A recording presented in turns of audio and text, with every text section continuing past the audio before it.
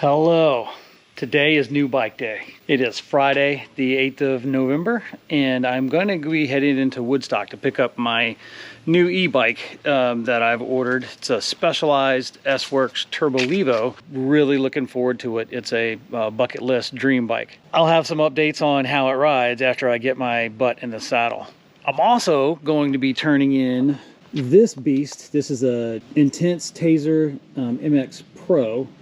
That was my very first e-bike, the Shimano EP8 motor. Nearly 600 hard miles of trails later, I'm gonna be turning it in for a rear shock, front shock service, check the brake pads and all the consumables, because it's gonna go to a new home that I'm very happy to share more about later once we get it all situated. It's Veterans Day weekend and the weather could be a little bit funky, but I think tomorrow I'll have the opportunity to get that thing on some dirt and seeing how the motor on the Turbo Levo compares to the Shimano EP8. But first, I gotta get some Starbucks. Call me what you want, but I'm here to tell you that pumpkin cream cold brew is my jam. We're here at Outspoken Bicycles in Woodstock. I'm about to get my eyes on my bike for the first time and turn this pig in. So in continuing new bike day, I'm gonna go on my first big ride with the Turbo Levo. I'm headed up to Ellijay and I'm going to do the Bearhoti. All right, I am here in Ellijay and about to get my gear on, and I've got stashed in a big pile over here, and head out for the ride. Just parked on the right where the pavement ends, going down Conesaga Road towards Mulberry Gap. I'm going to launch from here and return to here because it's paved and the van's parked up. Headed down the hill towards Mulberry Gap, and here it is. Gonna stop in, check out the store real quick. Maybe get something to warm my ears up. They're a little cold. All right, stopped at the Gap. Threw on the neck gaiter because the ears are a little cold on the climb. Everything is going smoothly. There's the office. Not much in the way of swag to pick up. So I use the restroom, put my cold weather gear on, and I'm now gonna start heading up the mountain. Taking a right up on Triple C Camp Road. Well, it's definitely a beautiful day today.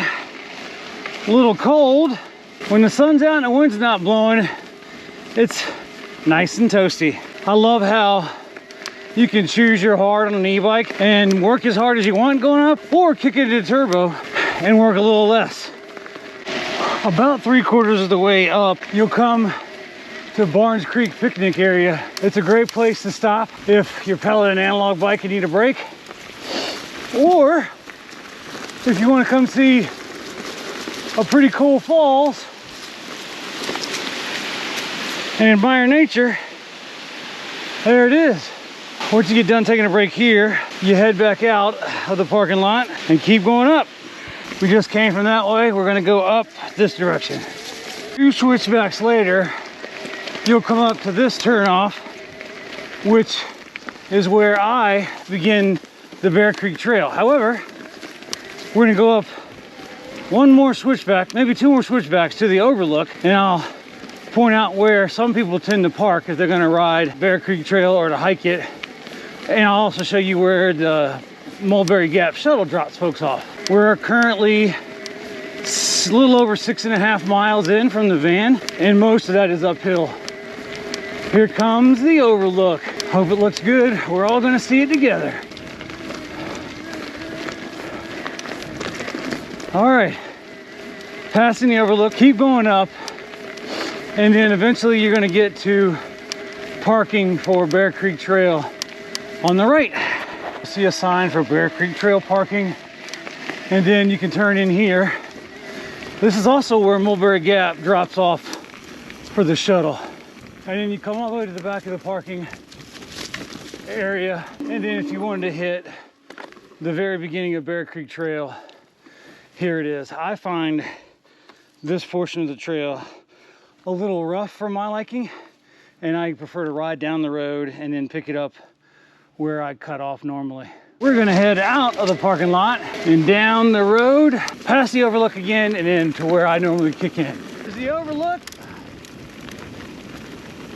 And then we're gonna bomb down to the entrance. Then when you get here, just bomb around the gate. And you're on single track. All right, once you get here, this is a great place to snack up, pad up, and then get busy. And a great picture spot. There's the whip.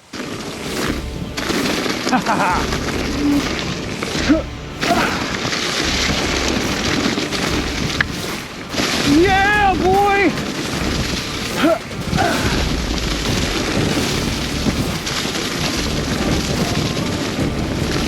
And that's the fun part. When you get to here, you can go up. And that gets you around the gate. Through the woods. Here we go. And in the draw. Yeah. All right. Move on down. This is pretty rowdy. You can see a lot of the storm damage. Lots of blowdowns. Not going too fast through here because this section can get pretty dicey. Hey.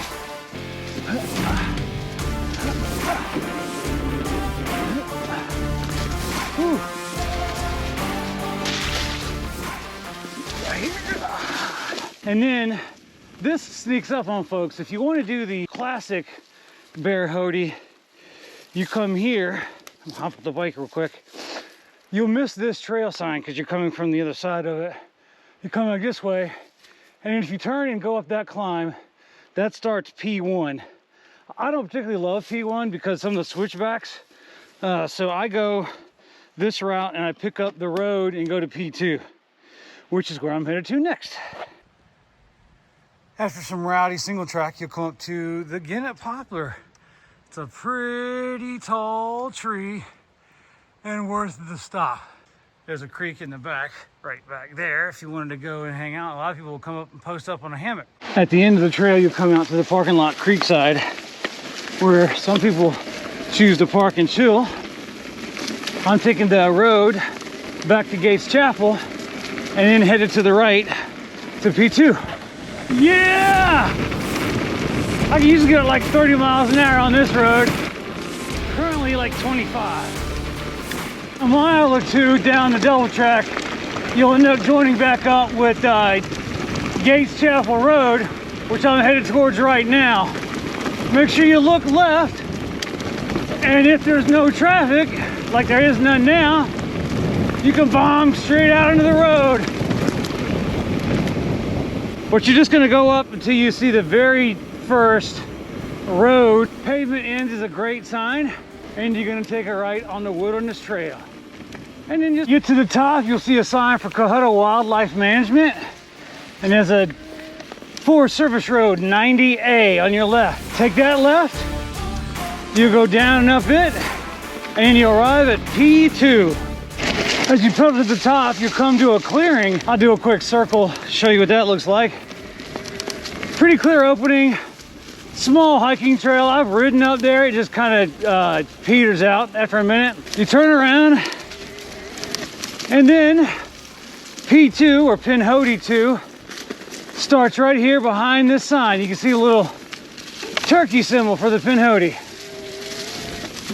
Once you get on Pinhoti 2, there's a climb, and you get right here to this tree with a perfect butt-sized rest stop, which I'm gonna do right now. And we're gonna head down the trail immediately in front of me, going back that way.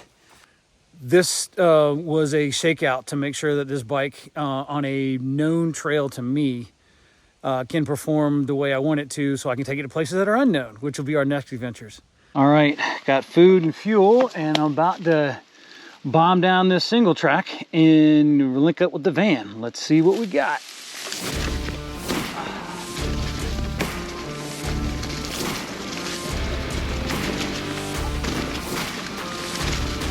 This part, little tech climb, come on, let's go.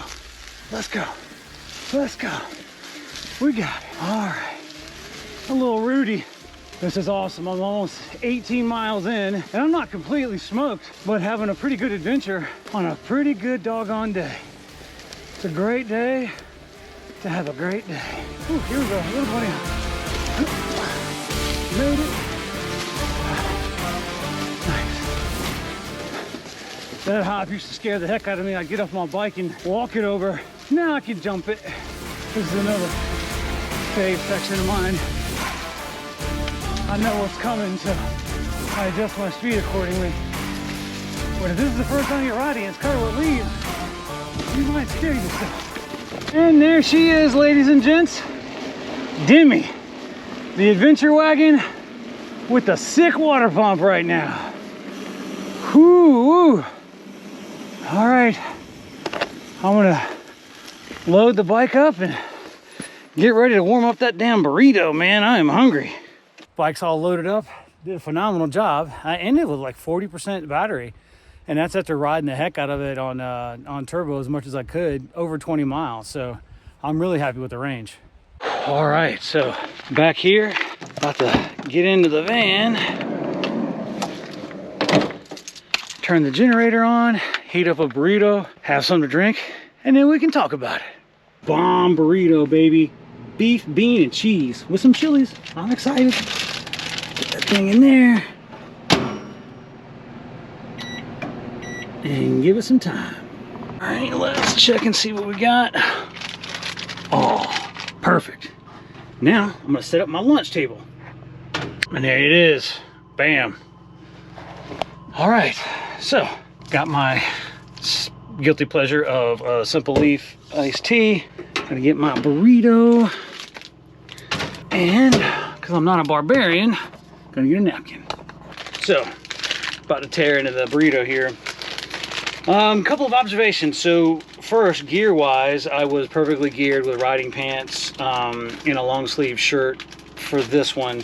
Even though it was sunny, going through the streams that I went through, getting water splashed up on me, I'm glad I had the long pants on. New helmet is fantastic. I've got a Fox speed frame that replaced my Smith that I damaged by running into a tree some time ago. The trails were, there was a lot of blowdown, so I couldn't go as fast as I wanted to, but I wasn't in it for speed anyway. I wanted to see what the bike could do before I took it on a ride that was unfamiliar to me, and it did phenomenal.